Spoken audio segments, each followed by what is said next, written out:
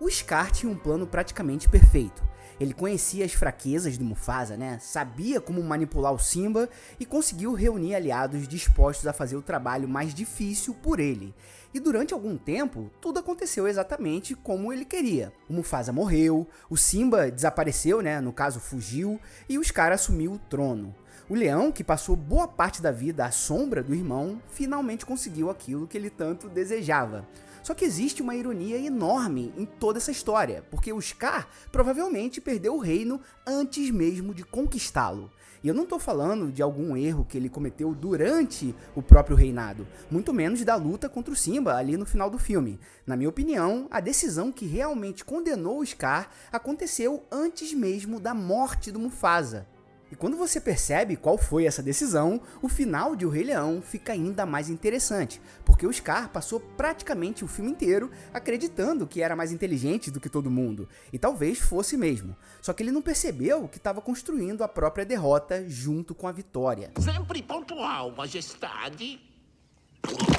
Uma das coisas mais interessantes sobre o Scar é que ele conhece muito bem as próprias limitações. Ele sabe que não conseguiria simplesmente enfrentar o Mufasa. Os dois irmãos são completamente diferentes. O Mufasa é fisicamente imponente, tem autoridade e é respeitado. Quando ele chega em algum lugar, não precisa convencer ninguém de que ele é o rei. Todo mundo já sabe. O Scar funciona de uma outra maneira. Ele observa, espera e manipula também. Enquanto o Mufasa ocupa espaço pela presença, o Scar ocupa espaço pelas palavras. E isso não aconteceu por acaso na criação do personagem. O Andrés Deja, que foi o supervisor de animação do Scar, explicou que até a maneira como ele se movimenta foi pensada para diferenciar esse personagem dos outros leões. O Scar anda mais próximo do chão, ele tem movimentos mais discretos e mais elegantes, quase como se estivesse sempre deslizando pelas cenas. O ator Jeremy Irons também foi fundamental para isso. A interpretação dele, né, a dublagem dele com o Scar, ajudou a construir aquele personagem sarcástico, sofisticado e aparentemente entediado com tudo ao redor. É um vilão que raramente precisa levantar a voz, porque geralmente ele prefere fazer outro agir por ele. E isso nos leva justamente às hienas, olha só, né? Porque o Scar tinha inteligência, tinha também toda aquela ambição e o acesso ao reino. E principalmente que ele conhecia o Mufasa, mas faltava alguma coisa, né? Faltava força, ou melhor, faltava alguém disposto a fazer aquilo que ele não poderia fazer sozinho. E é nesse momento que entram Chance, Banzai, Ed e as outras hienas. A relação deles parece vantajosa para os dois lados, porque o Scar precisa de aliados, e as hienas querem acesso às terras do reino e principalmente a comida. Então surge ali um acordo. Porque o Scar oferece aquilo que elas desejam, em troca recebe aquilo que precisa. Parece perfeito, né, se a gente for analisar. Só que existia um problema gigantesco nessa aliança desde o começo. O Scar nunca respeitou de fato as hienas. Isso fica muito evidente quando nós observamos a forma como ele conversa com elas. O Scar não trata as hienas como iguais, né? Ele se considera intelectualmente superior a elas. Na cabeça dele, ele é o grande cérebro por trás de tudo e as hienas existem para executar suas ordens. Essa diferença é importante porque existe uma coisa que o Scar parece nunca entender. Você pode manipular alguém durante algum tempo, né? Mas isso não significa que essa pessoa nunca perceberá que está sendo manipulada. E o Scar constrói todo o seu plano baseado justamente nessa arrogância dele. Ele acredita que sempre estará um passo à frente. Eu estou cercado de idiotas. Existe uma cena que resume perfeitamente essa relação. A sequência da música Se Preparem. Além de ser uma das músicas mais marcantes do filme, aquela cena funciona praticamente como uma apresentação da estratégia do Scar. Ele convence as hienas de que uma mudança está chegando, né? Ele fala de futuro, de recompensa e de poder. E elas compram a ideia. Só que repara numa coisa, o Scar precisa das hienas, mas se comporta como se elas precisassem muito dele. Ele não está construindo uma parceria, está na verdade recrutando seguidores. E existe uma diferença bem grande entre essas duas coisas. Aliás, uma curiosidade interessante sobre a criação do Scar é que o Andrés Deja já disse que os vilões mais memoráveis para ele não eram simplesmente aqueles capazes de fazer coisas cruéis. O importante era que tivessem personalidade. E o Scar é praticamente a demonstração perfeita disso. Porque ele é um leão engraçado, que tem esse lance do sarcasmo, ele é teatral e inteligente. E justamente por ser tão interessante, às vezes a gente demora a perceber o tamanho da arrogância dele. Entendo. Agora, a gente precisa dar o mérito que o Scar merece. O plano da debandada é extremamente bem construído. Primeiro, o Simba é colocado numa posição vulnerável, ainda ali filhote, né? Depois, as hienas provocam a debandada. O Mufasa aparece para salvar o filho e o Scar sabe que o irmão vai fazer isso. Esse detalhe é fundamental. O Scar, ele não vence o Mufasa conhecendo as fraquezas do irmão. Ele vence conhecendo suas qualidades. E ele sabe que o Mufasa nunca abandonaria o filho, né, o Simba. Então transforma o amor do irmão pelo filho em parte da armadilha.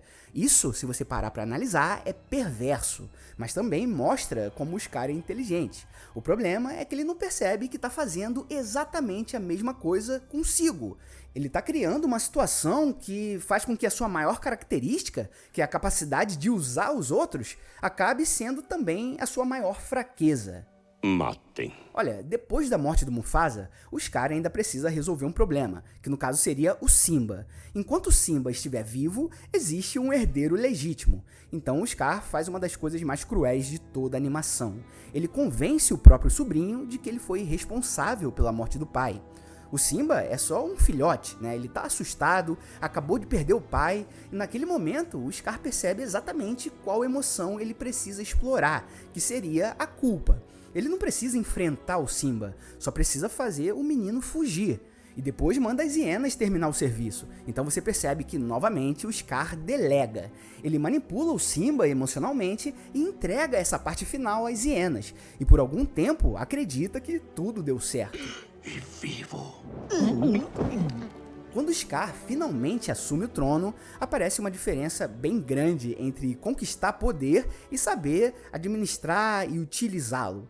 Ele conseguiu ser rei, mas não conseguiu se tornar um Mufasa. Isso é muito interessante porque o Scar provavelmente passou anos acreditando que o único motivo do Mufasa ser respeitado era o título. Então ele toma esse título, né, meio que à força, só que o respeito não vem junto, nem a autoridade, muito menos a capacidade de liderar. O Scar conseguiu o lugar do Mufasa, mas não aquilo que fazia o Mufasa ser o Mufasa.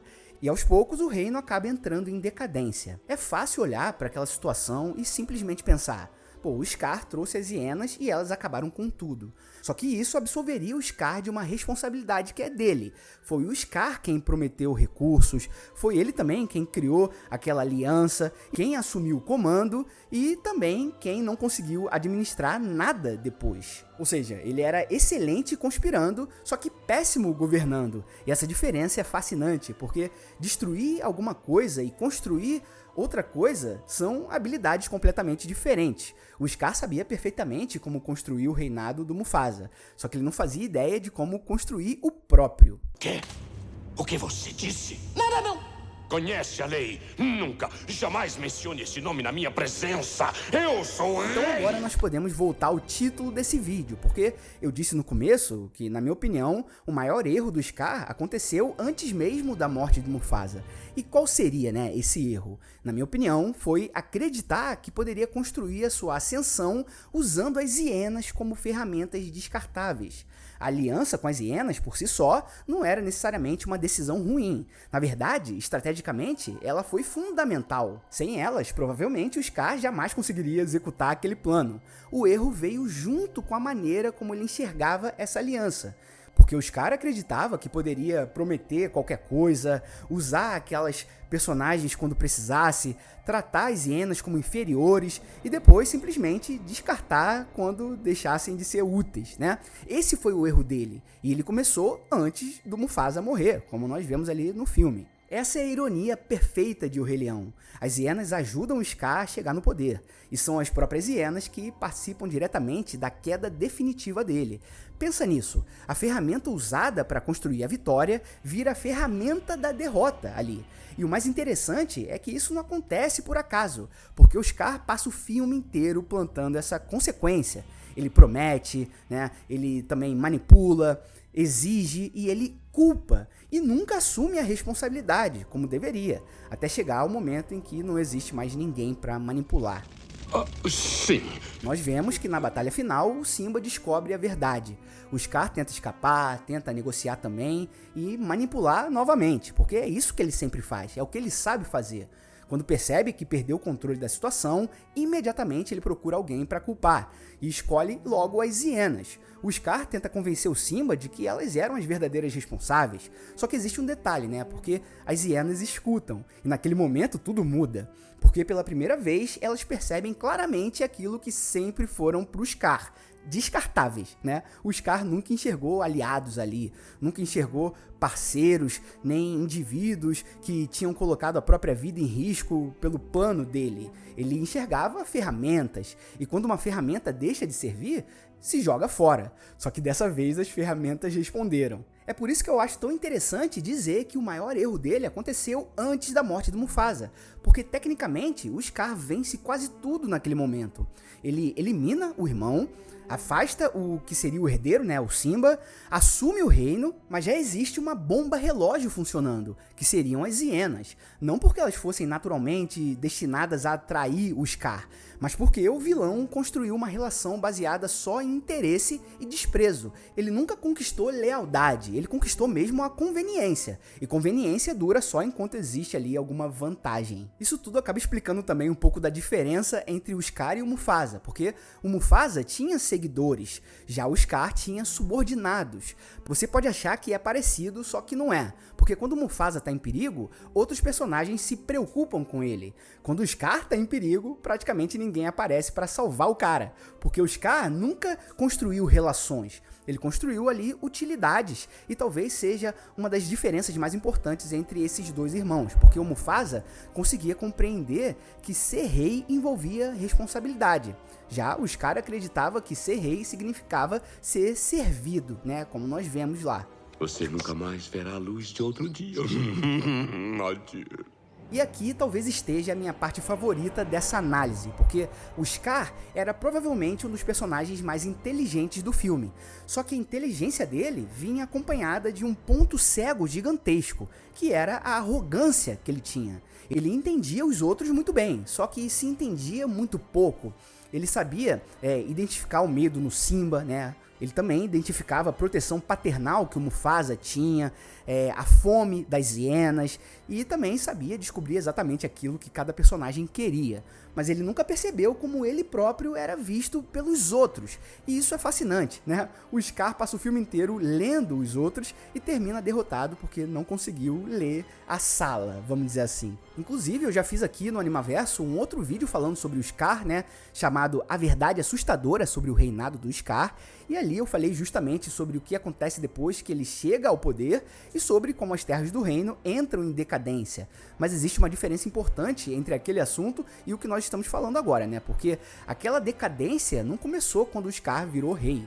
As condições para a queda dele já estavam sendo construídas antes, e o Scar só não percebeu. Justamente isso que torna essa história tão boa, sabe? Ninguém jamais pretende que essas coisas aconteçam. E já que nós estamos falando sobre a personalidade do Scar, existe uma curiosidade muito boa de bastidores, porque o Andrés Deja, né, o responsável por supervisionar a animação do personagem, já contou que o Jeremy Irons foi uma influência enorme para a construção visual do Scar.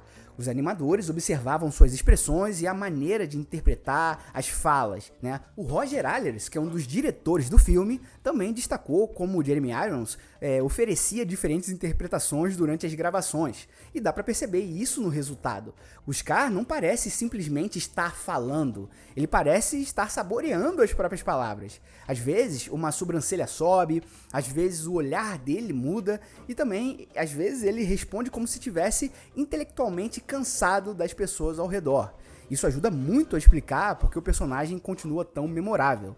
Ele não é ameaçador só pelo que ele faz, ele também é ameaçador pela sensação de que tá sempre pensando em alguma coisa. Isso foi hoje? É uma curiosidade mais específica sobre a gravação, porque o Jeremy Irons interpreta o Scar na música, mas o Jim Cummings, que também fazia a voz do Ed, né, da hiena, precisou assumir parte final dos vocais depois que o Jeremy Irons teve problemas com a voz durante a gravação. E a transição é tão bem feita que muita gente que assistiu ao filme a vida inteira não conseguiu perceber, né? Pelo menos isso na versão original ali, na gravação em inglês, no caso. Scar, é só você? Tivemos medo que fosse alguém importante. Alguém como Mufasa. Então a gente consegue perceber, falando tudo isso, que o Scar nunca aprende, né? Talvez seja esse o ponto mais importante. Ele tem várias oportunidades para mudar a forma como trata as hienas, mas ele não muda. Quando o reino começa a sofrer, culpa os outros. Quando a Sarabi questiona a liderança dele, o Scar reage com agressividade. E quando o Simba volta, ele tenta manipular a culpa de novo. Quando percebe que pode perder, ele culpa as hienas. É sempre o mesmo mecanismo, se a gente for parar para analisar, né? O Scar nunca é responsável. Na cabeça dele, o problema está sempre no outro. E isso significa que ele também nunca aprende com os próprios erros. E a gente consegue parar para analisar a maior ironia de toda essa história. O Scar queria provar que era superior ao Mufasa e conseguiu até derrotar o irmão, mas não conseguiu substituí-lo. Ele conseguiu o trono, mas não conseguiu o respeito que o Mufasa tinha. Conseguiu também ali, né, seguidores, mas não conseguiu lealdade. E no final, o personagem que passou a vida inteira manipulando todo mundo morre justamente quando a manipulação dele deixa de funcionar. É quase que poético. Ele provavelmente confundiu medo com respeito. Ele parecia, né, acreditar que se alguém obedecia a ele, então essa pessoa, né, esse leão no caso, o respeitava. Mas medo não é respeito. Dependência não é lealdade, e as hienas estavam ao lado do Scar porque existia uma promessa. Quando essa promessa desapareceu, não restou nada, obviamente, e o Scar percebe isso tarde demais. Por isso, quando eu volto pro Rei Leão hoje, eu não acho que o maior erro do Scar tenha acontecido na batalha final contra o Simba. Eu também não acho que tenha acontecido durante o próprio reinado dele. O erro que realmente condenou o Scar aconteceu muito antes. Antes mesmo da morte do Mufasa. Foi quando ele decidiu construir seu caminho até o trono usando aliados que nunca pretendeu respeitar. Ele acreditava que poderia controlar tudo, né? O Mufasa, o Simba, as hienas, o reino inteiro. E durante algum tempo, ele realmente conseguiu. Só que manipulação tem prazo de validade, principalmente quando as pessoas percebem que estão sendo usadas. No final, o Scar não foi derrotado só pelo Simba. Ele foi derrotado por todas as decisões que ele tomou para chegar até ali. As mesmas hienas que ajudaram a abrir o caminho até o trono estavam presentes quando tudo acabou. E essa é sim uma das maiores ironias de O Rei Leão. O Scar passou a vida acreditando que era o personagem mais inteligente da história, mas o maior plano dele tinha, desde o começo, a própria derrota.